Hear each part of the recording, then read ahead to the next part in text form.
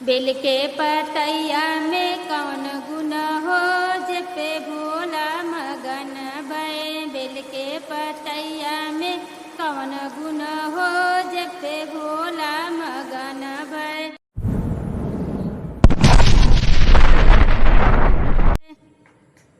कुसुम मौर्य लोकगीत के चैनल पे आप सभी का स्वागत है। मैं श्री चच्चा गीत लेकर आए हैं, चलिए सुनते हैं शिव चच्चा गीत। शिव जी का से चच्चा गीत है।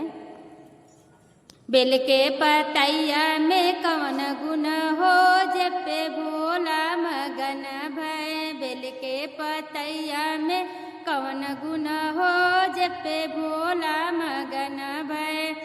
मेवा मिश्री शिव के मसही न भावे। मेवा मिश्री शिव के मसही न भावे। हुक्का चिलमिया में कौन गुण हो जपे भोला मगन है। हुक्का चिलमिया में कौन गुण हो जपे भोला मगन है। बेल के पतैया में कौन गुण हो जपे भोला मगन भय। बेल के पतैया में कौन गुण हो जपे भोला मगन भय। गैया भैंसिया शिव के मसही न भावे। गैया भैंसिया शिव के मसही न भावे। बसा बैलवा में कौन गुण हो जपे भोला मगन है। बसा बैलवा में कौन गुण हो जपे भोला मगन है।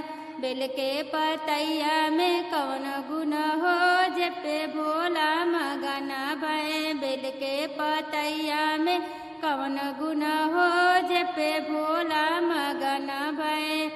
हलुआ पूड़ी शिव के मसही न भावे। हलुआ पूड़ी शिव के मसही न भावे।